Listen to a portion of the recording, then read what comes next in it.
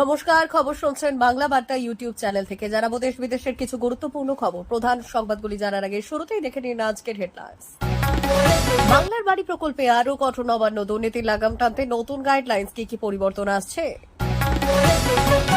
মুখ্যমন্ত্রীর ভাতৃবধূ শিক্ষার সঙ্গে যুক্ত নন, তবু কলেজ পরিচালন সমিতির মাথায় কেন শোকজ স্থগিত করে প্রশ্ন হাইকোর্টে। প্রধানমন্ত্রী মোদীর জন্মদিনে রাশিয়া যা বলল তা শুনে পুরো বিশ্ব হতবাক। ধর্ষণের ঘটনার প্রতিবাদে 12 ঘন্টার বন্ধ, বিকেলেই পাঁশকুড়ায় বোমা ফাটাবেন শুভেন্দু। অষ্টম বেতন কমিশন লেভেল 1 থেকে লেভেল 10 পর্যন্ত বেতন কত বাড়বে? 75-এ মোদী ফের চর্চায়, অবশ্য জল্পনা কি চলেছে বিজেপির অন্দরে। নয়া চমকের রাজ্যের শিল্পের কবর করল মমতা সরকার। রাজ্য সরকারি কর্মীদের ডিএ মামলায় চূড়ান্ত রায়দান হবে কবে? রায়দান সামনে এলো বড় আপডেট। আমরা মমতা বন্দ্যোপাধ্যায়ের দলের জন্ম দিয়েছি, এবার সেটিং তত্ত্ব উস্কে দিলেন খোদ শ্রমিক। মেঘলা আকাশের সাথে বাংলার আবহাওয়ায় মাঝারি বৃষ্টির পূর্বাভাস। প্রিয় দর্শক, প্রতিদিন নিয়মিত খবর শোনার জন্য বাংলা বার্তা চ্যানেলটিকে সাবস্ক্রাইব করুন। আসছে বিস্তারিত খবরে। বাংলার বাড়ি প্রকল্পে আরো কঠোর নবান্ন, দুর্নীতির লাগাম টানতে নতুন গাইডলাইন, কি পরিবর্তন আনছে? বাংলার বাড়ি প্রকল্পে প্রথম দফা তালিকা নিয়ে দুর্নীতির অভিযোগ উঠায় এবার নবান্ন আরও সতর্ক। দ্বিতীয় দফা যাতে কোনো অনিয়ম না হয় তার জন্য রাজ্য সরকার 6 দফার একটি বিশেষ নজরদারি ব্যবস্থা চালু করেছে। এই নতুন নির্দেশিকার লক্ষ্য হল প্রকৃত সুবিধাভোগীরাই যাতে সরকারি প্রকল্পের সুবিধা যাতে পান তারা। নতুন নজরদারির 6 দফা। সোশ্যাল অডিট টিম, এই বিশেষ দল স্বাধীনভাবে প্রকল্পের তালিকা যাচাই করবে। 2, মোবাইল অ্যাপ ভেরিফিকেশন, মোবাইল অ্যাপের মাধ্যমে তথ্য ক্রস ভেরিফাই করা হবে যাতে ভুল তথ্য সহজে ধরা পড়ে। 3, প্রশাসনিক যাচাই, প্রয়োজন হলে থানা স্তরের ওসি ও আইসি এবং রাজ্য মনিটরিং টিম তালিকা যাচাই করবে। 4, বাধ্যতামূলক পরিদর্শন, ভিডিও জয়েন্ট ভিডিও বাধ্যতামূলকভাবে 15% তালিকা সরেজমিনে খতিয়ে দেখবে। একইভাবে এসডিও স্তরে 5% এবং জেলা স্তরে 2% তালিকা পরীক্ষা করা হবে। মুখ্যমন্ত্রীর ভাতৃবধূ শিক্ষার সঙ্গে যুক্ত নন, তবু কলেজ পরিচালনা সমিতির মাথায় কেন শোকজ স্থগিত করে প্রশ্ন হাইকোর্টে। মুখ্যমন্ত্রী মমতা বন্দ্যোপাধ্যায়ের ভাতৃবধূ তথা রানী বিড়লা গার্লস কলেজের পরিচালনা সমিতির সভাপতি কাজরি বন্দ্যোপাধ্যায় যে শোকজ নোটিশ জারি করেছিলেন তার উপর অন্তর্বর্তী স্থগিতাদেশ দিল কলকাতা হাইকোর্ট। গত 3রা জুলাই শোকজ নোটিশ এবং 29শে অগস্টে সাসপেনশনের সিদ্ধান্ত 8 সপ্তাহ স্থগিত থাকবে বলে জানালেন হাইকোর্টের বিচারপতি বিভাস পট্টনায়ক। সেই সঙ্গে কলেজের পরিচালনা সমিতির সভাপতি হিসেবে কাজরি নিয়োগের বৈধতা নিয়েও প্রশ্ন তুললেন। 6 সপ্তাহ পর আবার এই মামলাটি শুনবে আদালত। প্রধানমন্ত্রী মোদীর জন্মদিনে রাশিয়া যা বলল তা শুনে পুরো বিশ্ব হতবাক। প্রধানমন্ত্রী নরেন্দ্র মোদীর 75তম জন্মদিনের শুভেচ্ছা ও ভালোবাসার বন্যায় ভাসছে ভারত। বিশ্বের বিভিন্ন প্রান্ত থেকে রাষ্ট্রনেতারা তাকে জন্মদিনের শুভেচ্ছা জানাচ্ছেন। এই তালিকায় নাম রয়েছে ইসরায়েল, আমেরিকা, অস্ট্রেলিয়া, নিউজিল্যান্ড ও ব্রিটেনের মতো দেশগুলি। তবে এই সবকিছুর মাঝে প্রধানমন্ত্রী মোদীর জন্য আসা এক বিশেষ বার্তা এখন আলোচনার কেন্দ্রে। আর সেই বার্তা এসেছে ভারতের পরম বন্ধু রাশিয়ার তরফ থেকে। শত্রুতা ভুলে আমেরিকার প্রাক্তন রাষ্ট্রপতি ডোনাল্ড ট্রাম্পও মোদীকে ফোনে জন্মদিনের শুভেচ্ছা জানালেন। এ সময় ভারত ও আমেরিকা প্রস্তাবিত দ্বিপাক্ষিক বাণিজ্য চুক্তি নিয়ে দিল্লিতে একটি নতুন আলোচনা শুরু করে।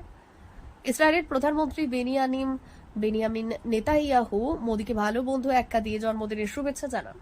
তিনি বললেন, ভারত এবং ইসরায়েলের বন্ধুত্বকে আমরা এক নতুন উচ্চতায় নিয়ে যেতে পারি। এর পাশাপাশি মাইক্রোসফটের সহ প্রতিষ্ঠাতা বিল গেটস একটি ভিডিও বার্তার প্রধানমন্ত্রীকে সুস্বাস্থ্য ও নিরন্তর শক্তির শুভেচ্ছা জানিয়েছে।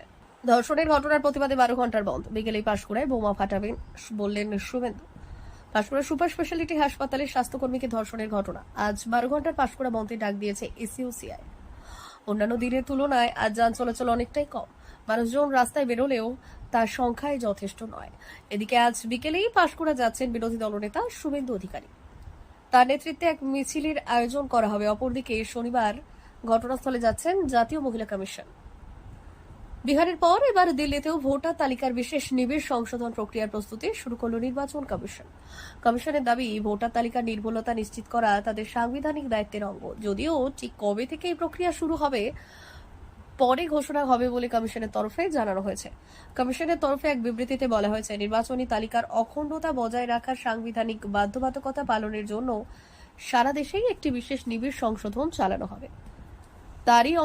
তারই অংশ হিসেবে জাতীয় রাজধানীতেও এই অভিযান শুরু হচ্ছে। প্রসঙ্গত, গত মাসে মুখ্য নির্বাচন কমিশনার জ্ঞানেশ কুমার জানিয়েছেন, পশ্চিমবঙ্গের এসআইআর সময়সীমা। অপরদিকে সময়সীমা ঘোষণার পর খুব শীঘ্রই যারা সারা দেশেই একই পদক্ষেপ নেওয়া হবে, আর সেই সূত্রেই দিল্লিতে প্রক্রিয়া শুরু হবে। অষ্টম বেতন কমিশন, লেভেল 1 থেকে লেভেল 10 পর্যন্ত বেতন কত বাড়বে? অষ্টম বেতন কমিশন নিয়ে সরকারি কর্মীদের মধ্যে আগ্রহ তুঙ্গে। সবার মনে একটাই প্রশ্ন, তাদের বেতন কতটা বাড়তে চলেছে? সপ্তম বেতন কমিশনের পর এবার অষ্টম কমিশন নিয়ে জোর আলোচনা শুরু হয়েছে। ফিটমেন্ট ফ্যাক্টর নামে একটি বিশেষ শব্দ উঠে আসছে বারবার। অনেকের মনে প্রশ্ন, এই ফিটমেন্ট ফ্যাক্টর আসলে কি, আর এর প্রভাবে একজন সরকারি কর্মীর বেতনে ঠিক কতটা পরিবর্তন আসবে? আসুন দেখে নিই ফিটমেন্ট ফ্যাক্টর কি এবং কোন লেভেলে কতটা বেতন বাড়তে পারে।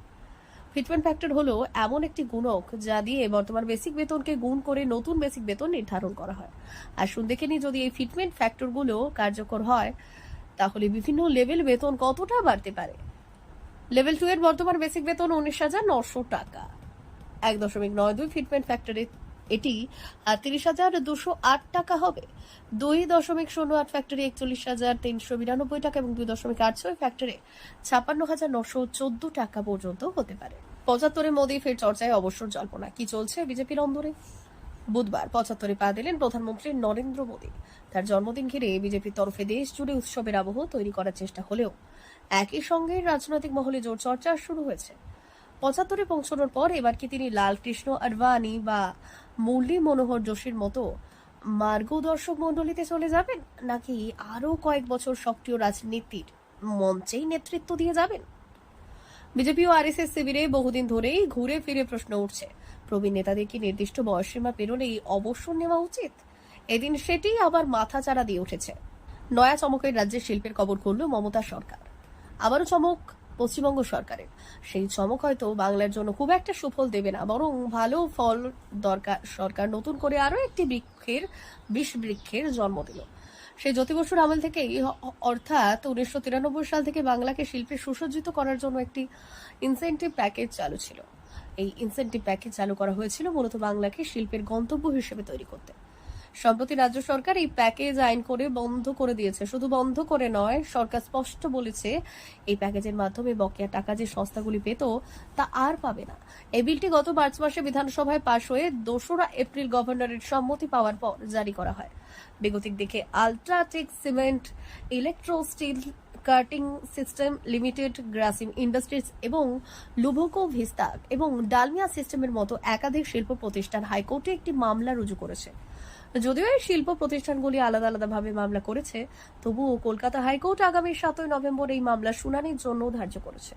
এই শিল্প প্রতিষ্ঠানগুলি অভিযোগ করেছে এই ধরনের আইন সম্পূর্ণভাবে সংবিধান বিরোধী।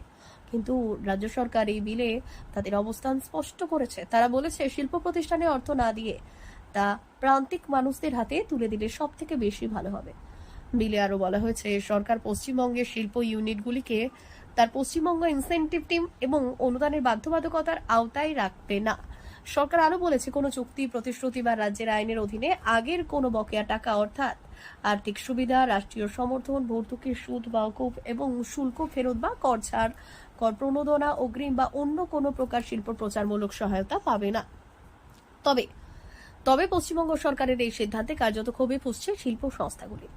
আল্ট্রাটেকের মতো সংস্থা বলেছে, আমরা আগের ইনসেন্টিভ। এছাড়াও ডালমিয়া সিমেন্টের আইনজীবী আদালতে যুক্তি দিয়েছেন যে এই আইন চুক্তির স্বাধীনতা এবং সম্পত্তির অধিকার লঙ্ঘন করে, যা ভারতীয় সংবিধানের 14 এবং 19 অনুচ্ছেদের বিরুদ্ধে। এছাড়াও শিল্প প্রতিষ্ঠানগুলোর মতে ইনসেন্টিভ প্যাকেজ প্রত্যাহার করা তাদের আর্থিক ক্ষতির মুখে ফেলবে, কারণ তারা দীর্ঘমেয়াদী পরিকল্পনার ভিত্তিতে কারখানা স্থাপন করেছিল। এমতাবস্থায় বাংলার রাজনৈতিক মহল সরব হয়েছে। তাদের একাংশের মতে এই সিদ্ধান্ত সরকারের স্বৈরাচারী মনোভাবের প্রমাণ। নয়া চমকের রাজ্যে শিল্পের কবর করল মমতার সরকার। আবারও চমক দিল পশ্চিমবঙ্গ সরকার, আর সেই চমক হয়তো বাংলার জন্য খুব একটা সুফল দেবে না, বরং বলা ভালো সরকার নতুন করে আরো এক বিষ বৃক্ষের জন্ম দিল। সেই জ্যোতি বসুর আমল থেকে, অর্থাৎ 1993 সাল থেকে বাংলাকে শিল্পে সুসজ্জিত করার জন্য একটি ইনসেন্টিভ প্যাকেজ চালু ছিল। এই ইনসেন্টিভ প্যাকেজ চালু করা হয়েছিল মূলত বাংলাকে শিল্পের গন্তব্য হিসেবে তৈরি করতে। সম্প্রতি রাজ্য সরকার এই প্যাকেজ আইন করে বন্ধ করে দিয়েছে। শুধু বন্ধ করে নয়, সরকার স্পষ্ট বলেছে এই প্যাকেজের মাধ্যমে বকেয়া টাকা যে সংস্থাগুলি পেত তা আর পাবে না। এই বিলটি গত মার্চ মাসে বিধানসভায় পাশ হয়ে 2রা এপ্রিল গভর্নরের সম্মতি পাওয়ার পর জারি করা হয়। বেগতিক দিকে UltraTech cement, electro steel casting limited, Grasim industry, লুভোকো, তিস্তাস এবং ডালমিয়া সিমেন্টের মতো একাধিক শিল্প প্রতিষ্ঠান হাইকোর্টে একটি মামলা রুজু করেছে। রাজ্য সরকারি কর্মীদের বহু প্রতীক্ষিত ডিএ মামলা নিয়ে সুপ্রিম কোর্টে শুনানি শেষ হয়েছে। বিচারপতি সঞ্জয় কারোল এবং বিচারপতি প্রশান্ত কুমার মিশ্রর বিশেষ বেঞ্চে এই শুনানি সম্পন্ন হলেও রায়দান আপাতত স্থগিত রাখা হয়েছে। ফলে কর্মীদের মধ্যে রায়দানের প্রতীক্ষা আরও দীর্ঘ হলো। সে শুনানিতে সুপ্রিম কোর্ট জানায়, কারো কোনো বক্তব্য থাকলে তা লিখিত আকারে জমা দিতে হবে। রাজ্য সরকারকে 22শে সেপ্টেম্বর পর্যন্ত সময় দেওয়া হয়েছে তাদের জবাব জমা দেওয়ার ক্ষেত্রে। এরপর মামলাকারীরা 29শে সেপ্টেম্বরের মধ্যে নিজেদের মতামত আদালতে জানাবেন। সব কাগজপত্র জমা দেওয়ার পর 3 সপ্তাহ সময় নিয়ে সুপ্রিম কোর্ট সমস্ত লিখিত জবাব খতিয়ে দেখবে। তারপরে ডিএ মামলার রায়দান হবে বলে জানানো হয়। প্রথমে মনে করা হচ্ছিল অক্টোবর মাসেই হয়তো রায় ঘোষণা হবে। আমরা মমতা বন্দ্যোপাধ্যায় দলে জন্ম দিয়েছি, এবার সেটিং তত্ত্ব উস্কে দিলেন খোদ শ্রমিক। নির্বাচনী ময়দানে পরস্পরের প্রতিপক্ষ হলেও তৃণমূল ও বিজেপির মধ্যে সেটিং রয়েছে বলে বারবার অভিযোগ তুলেছে সিপিএম এবং কংগ্রেস। এবার সেই নিয়ে বিতর্ক উস্কে দিলেন বিজেপির রাজ্য সভাপতি শ্রমিক ভট্টাচার্য। তারাই তৃণমূলের জন্ম দিয়েছেন বলে দাবি করেছেন শ্রমিক। আসন্ন বিধানসভা নির্বাচনের আগে শ্রমিকের এই মন্তব্য ঘিরে জোর তরজা শুরু হয়েছে। আবারও তৃণমূল এবং বিজেপির মতো আতাতের অভিযোগ তুলেছে সিপিএম। বছর ঘুরলেই বিধানসভা নির্বাচন, আর সেই নিয়ে প্রস্তুতি চরমে সব রাজনৈতিক দলের অন্দরে। আর সেই আবহেই ইঙ্গিতপূর্ণ মন্তব্য দিলেন শ্রমিক। বললেন, আমরা মমতা বন্দ্যোপাধ্যায়ের দলে জন্ম দিয়েছি, তাহলে কি ভুল করছিলেন? সাংবাদিকদের প্রশ্নের উত্তরে শ্রমিক বললেন, আমরা জন্ম দিইনি, জন্মের সময় উপস্থিত ছিলাম। আইএমডির সর্বশেষ পূর্বাভাস অনুসারে 18 সেপ্টেম্বর উত্তরবঙ্গ এবং দক্ষিণবঙ্গের উভয় অঞ্চলে হালকা থেকে মাঝারি বৃষ্টিপাতের সম্ভাবনা রয়েছে। উত্তরবঙ্গে মাঝারি বৃষ্টি এবং কিছু এলাকায় ভারী বৃষ্টির আশঙ্কা রয়েছে। দক্ষিণবঙ্গে তুলনামূলকভাবে সীমিত কিন্তু বজ্র বিদ্যুৎ সহ বৃষ্টি হতে পারে। এই আবহাওয়া পরিস্থিতি বঙ্গোপসাগরের উত্তর পশ্চিমাঞ্চল একটি চক্রবর্ত ঘূর্ণনের প্রভাবে গঠিত হয়েছে, যা দ্বিতীয় সপ্তাহের শুরুতে বৃষ্টির পরিমাণকে স্বাভাবিকের থেকে অধিক রাখবে। রাজ্যের বিভিন্ন অঞ্চল এই বৃষ্টির কারণে যাতায়াত, কৃষি এবং দৈনন্দিন জীবন ব্যাহত হতে পারে। উত্তরবঙ্গের কথা বললে দার্জিলিং, জলপাইগুড়ি, শিলিগুড়ি, আলিপুরদুয়ার, কোচবিহার এবং মালদার মতো জেলাগুলিতে 18 তারিখে ব্যাপক হালকা থেকে মাঝারি বৃষ্টিপাতের সম্ভাবনা রয়েছে। তাপমাত্রা সর্বোচ্চ 26 থেকে 29 ডিগ্রি সেলসিয়াস এবং সর্বনিম্ন 22 থেকে 24 ডিগ্রি সেলসিয়াসের মধ্যে থাকবে।